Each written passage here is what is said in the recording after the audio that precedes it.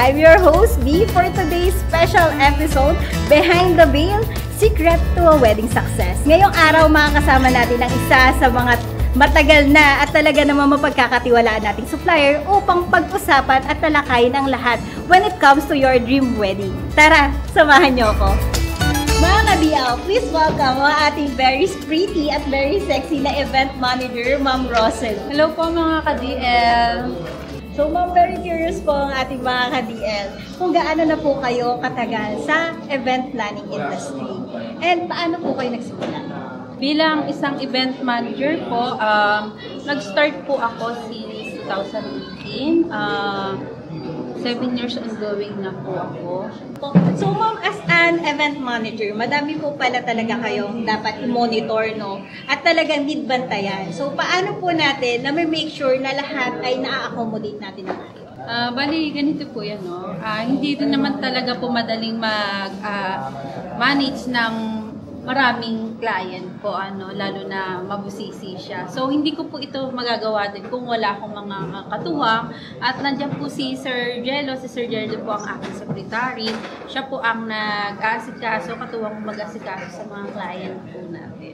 So, aside sa pagiging hands-on sa wedding, meron pa pala tayong another hands-on pa sa wedding para... Yes, which is, that's my task pa as a secretary ni Ma'am Rosalie. So, ako po yung in charge more on mga meetings with the client. So, for example, in 1 month, so ilan yung mga clients na hinahandle po namin? Let's say, meron kaming 5 clients or 6 clients. So, the other months, may mga ganun din. So, hinahandle lang, of course, meron kami mga schedules na sineset up or sineset by client po. So, in every client po, meron kami mga several meetings na ginagawa. So, pag may mga things na hindi ko masyadong alam, so I ask directly to Ma'am Rosalie. So, well-coordinated kayo as kayo lang both is as a team na eh. So, yes. And then with help po ng mga coordinators, kasama po namin sila na sa planning pa lang po. Start pa lang po ng planning, kasama na namin sila. And meron po kami nag-schedule ng mga prenup, ng mga food tasting para lahat po is na monitor po. Pero syempre hindi may iwasan mga stress. So, syempre sarili mo na kung paano may handle yung mga stress. Kala ko po pagdating na stress. So, Ma'am Rosalie, sa'yo na yung stress. Ako na yung planning. Sa bilang event manager or bilang coordinator po kasi bawal may stress. Kasi pag na-stress kami, may stress din yung client, yung couple natin. Always give an assurance doon sa mga client. Kasi normally, lalo na pagpalapit na. Assurance so, yung mga nangyayari yung wedding jitters na tinatawag eh. Nararattle sila tayo is, syempre nasa wedding event industries tayo. Syempre at least tayo, alam na natin yung galawan. Pero sila na hindi nila alam yung planning. So nararattle sila, hala, ano na nangyayari? Parang ang ano lang naman nila, parang hindi naman sila na rattle. Correct. So, big help din talaga yung mga kagaya nyo na binibigyan sila ng assurance. At the same time, binibigyan sila ng idea kung paano maging smooth yung pagpaplano natin ng wedding. Correct. O kaya meron kaming recap meeting po talaga. 1 week or 10 days before the event or wedding po nila, may recap meeting kami para ma-assure natin sila na everything is settled po. Tsaka kailangan talaga man paulit-ulit. Kasi pag isa dalawang beses sinabi, sa dami iniisip ng couple, talagang may time na nakakalimutan nila. Correct. So, hindi nila alam kung gano'n nakabisi si Ma'am Rosalie. Mga 3 days before the wedding, talagang lahat prepared. Kaya minsan, nasa-surprise po yung mga client natin sa wedding day po nila. Kasi kita naman, no? Nakaka-surprise naman yung talaga. Parang easy lang naman pala sila, pero parang walang ginagawa. Pero on the day, syempre, gusto namin, surprise na lang sila na ayaw namin mangako na ganito, ganyan po. So on the day na lang. Opo. Mahirap din kasi yung mangako, baka mag-over tayo. Pero bibigay na lang natin yung best on the day. Yes. Ito naman sa setup natin today, di ba? Yes. Nakaka-overwhelm, napaka-elegant ng setup natin.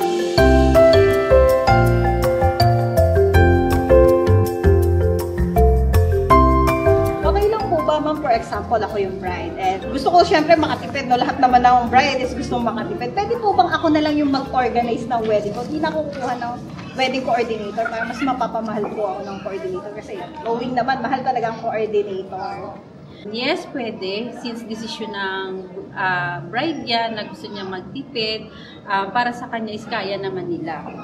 Pero ang malaking issue nga po dyan or concern po dyan is kung paano nila paplanuhin yung wedding. Madali na, andyan na may kamag-anak ko, yung kapatid ko, nandyan naman sila para tulungan ako. Pero hindi naman po kasi ganun kadali yung trabaho. Example natin sa simbahan.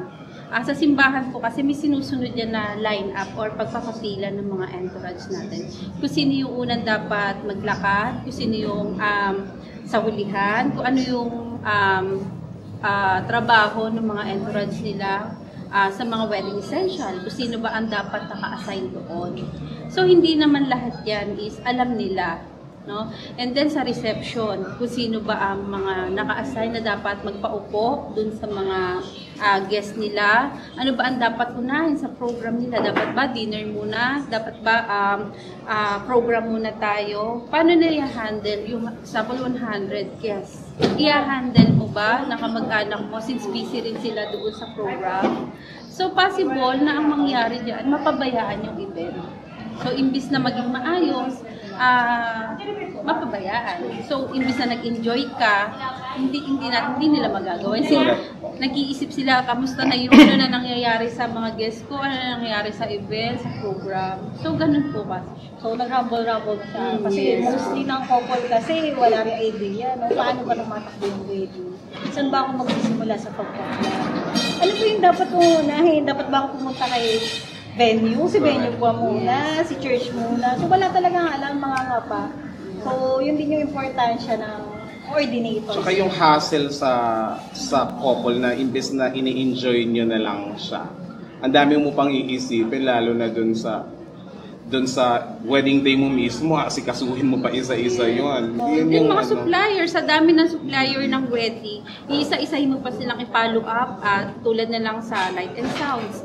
Sa pagpapa-download or pag-prepare ng mga songs na gagamitin, aayusin mo pa yun.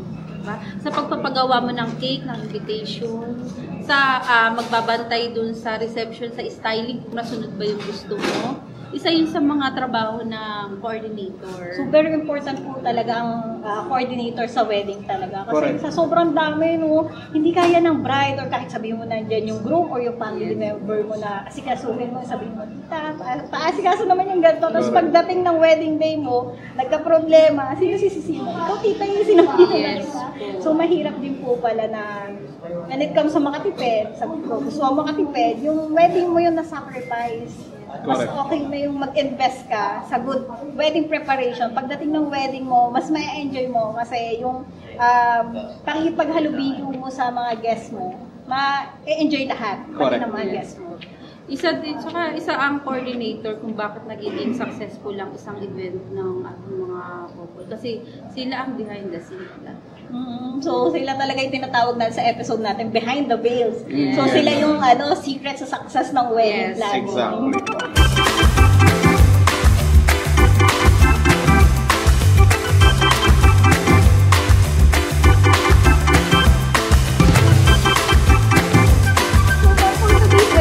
Wedding event natin. Ano yung in-avail ng couple natin? On the day coordinator po ba ito o full coordinator? Bali, ito po is on the day coordinator po siya. So, ma'am, ano yung pinagkaiba ng dalawa? Full coordinator, on the day coordinator? Mostly yun yung nakikita namin when it comes sa planning eh. So, nakakalito. Bali, ang difference po kasi na full coordination and then on the day coordinator. Yung iba po kasi sasabi on the day, ibig sabihin sa mismong event lang sila nandoon. So, hindi po ang on the day actually po kami mga ka-DL po hindi naman po kami totally on the day coordinator kasi sa umpisa pa lang na mag-book si client sa planning, nandun na po kami. Halimbawa, nag-book po siya 2013, ang wedding niya 2025. Andun po kami sa planning po na yun. Day by day po, may GC po kami. Ginaguide po namin sila kung ano yung mga dapat gawin. No? Sa prenup po, kasama po nila ang coordinator para mag-asikaso po sa kanila. And then, pag may mga food tasting po, nakakaharap din po nila ang coordinator. No? Ayan po ang package natin on the day sa DL po, full coordination naman po kasi nila tinatawag is nandun na po yung iba po sumasama ng mag-fit ng mga gowns, bumili ng rings, para lang pong may katulong or kasama si bride, lalo na mga OFW na walang kasama yung bride. Hindi naman malaki ang pinagkaiba niya. Halos same lang din na binibigay namin na service sa mga client natin. Kasi nga po, imagine pag kailangan nila ng guide, ng tanong, andito po kami lagi nakasupport eh. Kahit na hating gabi pa po yan. Pag nag-chat po sila, reply pa rin po. So hindi natin totally masasabi na on the day lang, hindi po ganun kasi nga po, kasama nila kami araw-araw. Correct po. Very, kumbaga hands-on. Yes, Sa lahat, hands-on. So, hindi dapat tawag is on the day coordinator. From the start to finish coordinator. Yes. Almost full coordinator na. Parang full coordinator. May konting difference lang talaga. Kasi virtually, parang nasa GC tayo. So, pero papadagdagin pa nila ng pagkain niya. Pero pag nasa GC ka lang, di ba, less gastos na. So, hindi mo na kailangan na makipag-meet up sa full coordinator mo, pamasahihan for sure, kasi pamasahe, no? Yes. Papamasahihan. Siyempre, nakakahiya naman, tinawag-tawag mo yung full coordinator mo, hindi mo papakainin. Correct. Yun kasi kailangan pa ng extra expenses dahil doon yung pamasahe nga, yung pagkain nga, then kung kailangan mag-check-in ng hotel, yung iba kasi out of town, kailangan pa sila. So, dun sa atin, nag-guide natin sila ng mas less sa gastos. Correct. Diba? Kung gusto nilang face-to-face, pwede. Yes. Virtual. Tsaka virtual GC, kung gusto No, naman po. din naman face-to-face, di ba? Why not? Makikipag-face-to-face. Correct po. naman Perfect po- siya, ma'am, sa kagaya sa mga busy, mga yes. client na very busy Working. talaga. Tsaka yung mga So, yun talagang OFWs, Yes. carers na mga couple, gusto lang nila na intact yung planning, gusto makipag-usap sa coordinator, pwede tayo via virtual. So, para mas accessible na sa lahat, hindi na tayo magkukusyon ng another time, Sasama sa mag-prepare traffic. ng oras sa traffic. Yung Ganun pa, talaga. yung pa yung Yes. mismo traffic. Hindi natin maiwasan yung traffic. Siyempre, ang siyempre expenses, nagbabudget nga ako eh. Yes, yes. Correct po. Yun Para din lang- yung number one na difference. Mas makakalas po sila.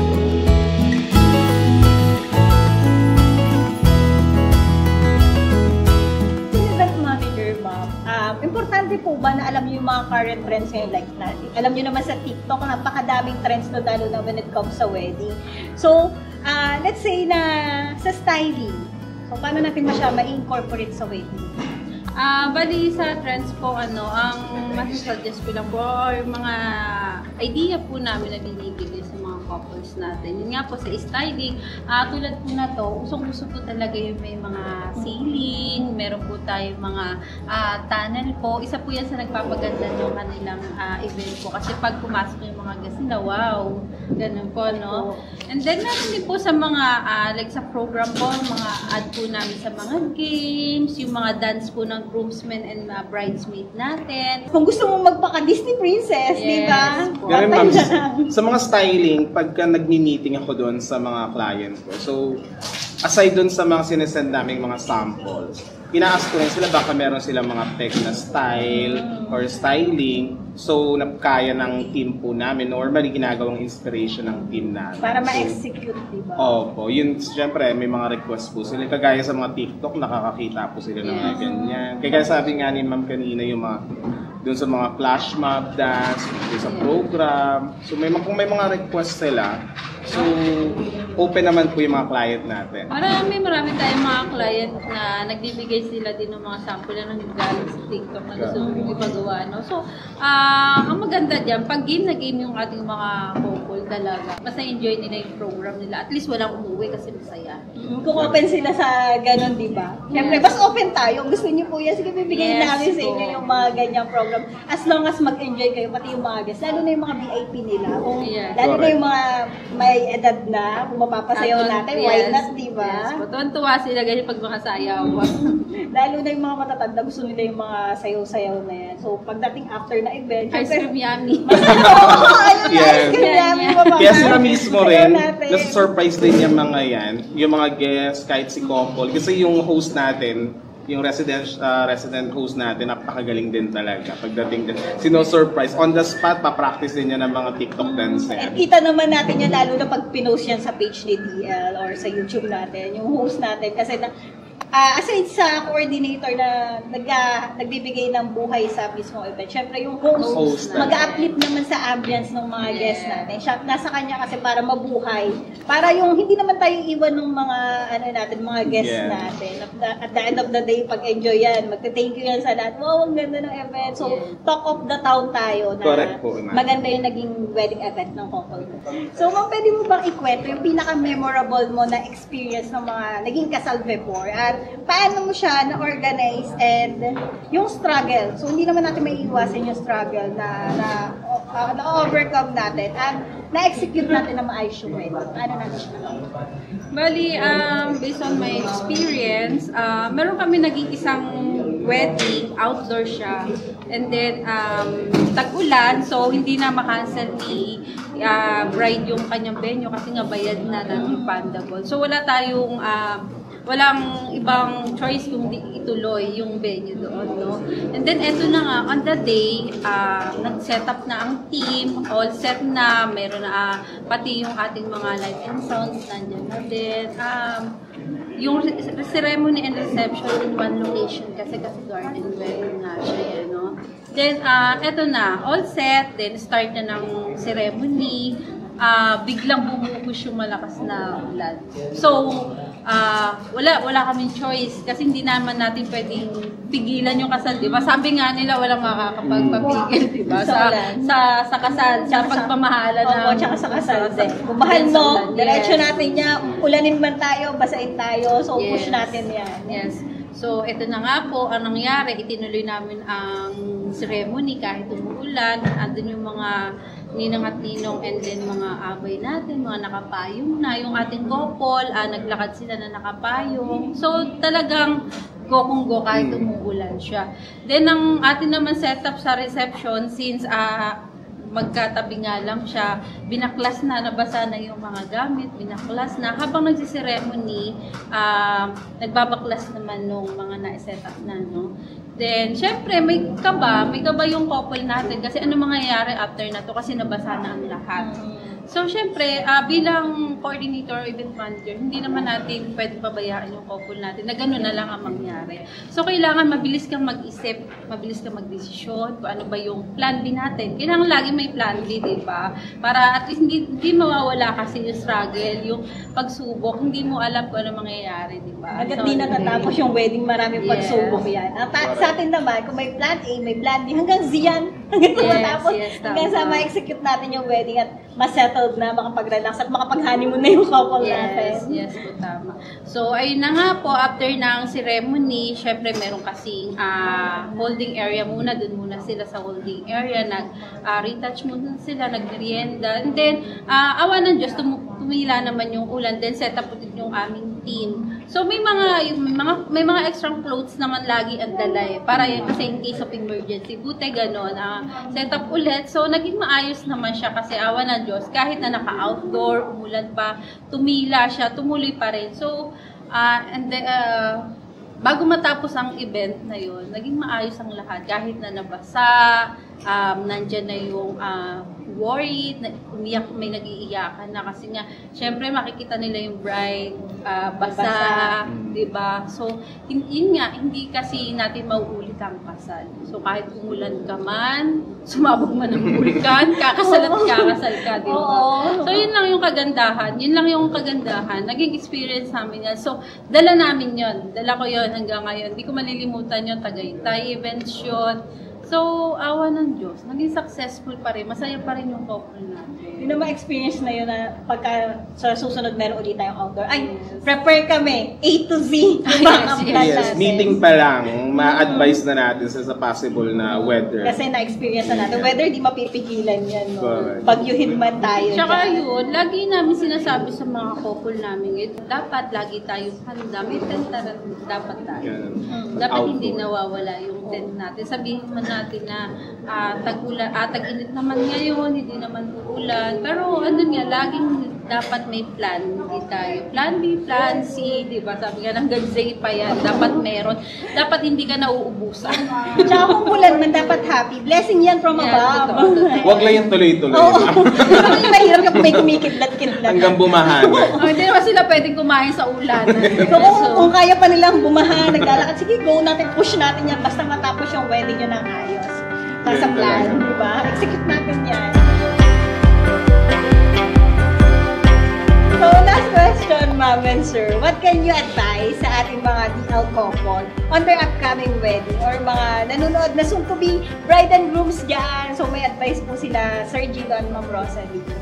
So, ako, ang advice ko sa ating mga soon-to-be bride and groom, siguro, instead na kumuha sila ng hati-hati or kanya-kanya supplier, mas better yung all-in wedding package ang kunin nila. Bukod sa makaka-less na sila ng stress, less pa sila ng scam. Kasi makikita naman na DL is sila legit, di ba? Sa dami nating sa dami natin naging mga couples, events, di ba? Number 2 ko naman na may papayo sa kanila is yung planning, ipagkatiwala nila sa amin, sa event sa event manager, sa event coordinator, para at least sila kasi kami, ando na nga yung experience namin, di ba? So, kaya kami naging profession namin to. Inaral namin. Siyempre, marami na based on sa mga experience. So, yun lahat, binibigay namin. Yun sa, hindi naman namin sila pababayaan. Ang gusto lang natin maging successful bawat event natin. Diba? So, sino ba naman hindi? So, pag successful ang event ng bride and groom natin, successful din tayo, di ba? So, yun lang. Pagkatiwalaan nila ang event manager, ang coordinator nila, bawat segundo, araw-araw na pagpa-planning, nadyan naman kami. Hindi namin sila pababayaan. Correct, ma'am. Just to add doon sa sinabi ni ma'am, yung trust talaga, yun naman yung number 1 na gusto namin doon sa couple, is yung trust nila sa amin. Kailangan full trust yung makuha namin sa kanila. Kasi kung hindi, kung may mga alinlangan sila, yun doon lang naman nagkakaroon ng mga problema, hindi pagkakaintindihan. So kami, we always give 100%, 101% ng service namin. Kasi yung goal namin is to make them happy. Make them satisfied, successful, lahat doon sa mismong araw nila. Yun lang naman. Para sa kanila, para hindi na rin sila, huwag nilang stressin yung sarili nila. Yes, tama. Huwag nilang stressin. Kami na yung bahala. Kami na bahala. Sabihin nyo lang yung mga requests nyo, then kami na mag-execute. Magugulat na lang kayo wedding date nyo. Maayos na yan. Sit back, relax. Andyan yung wedding coordinator natin and event manager. So, pagkatiwala nyo po sa kanila lahat, bigay nyo ng bigay yung mga gusto nyo when it comes to planning and sila nang bahala sa execution. Magugulat na lang kayo ano din ng wedding nyo. Ay, ito pala yung nangyayari. Parang, yung ini-imagine ko is na-execute nila ng ayos. So, nasa tamang pagpaplano. Siyempre, malaking tiwala para sa team natin. Hindi lang naman sa event manager, sa coordinator, lahat. From the very head hanggang sa tip niya, sa waiters, lahat. So, pagkatiwala po kayo kasi itong industry na to, is expert sila dito eh. Sila yung may alam dito. So, i-guide na lang kayo. Kung naliligaw kayo, magpa-guide kayo, ibibigay kayo sa tamang path para sa mas magandang wedding plan or wedding event. After that, magpapasalamat na lang tayo na thank you, Ma'am Sir. Ang ganda ng wedding, yung mga guests namin natuwa. At syempre, pagka matuwa yung mga guests mo, yung family members nyo, sabi ko nga kanina, takot na taon yung wedding mo. So, napakaganda. So, ayun, thank you, Ma'am Rosalie. Napakadaming tips, Sir Gilo. Until next time na pagkakwentuhan natin, until next time na podcast natin, at pagbibigay information or aral doon sa ating mga DL couples. Yes. Thank you, mga ka-DL. Thank you, mga ka-DL.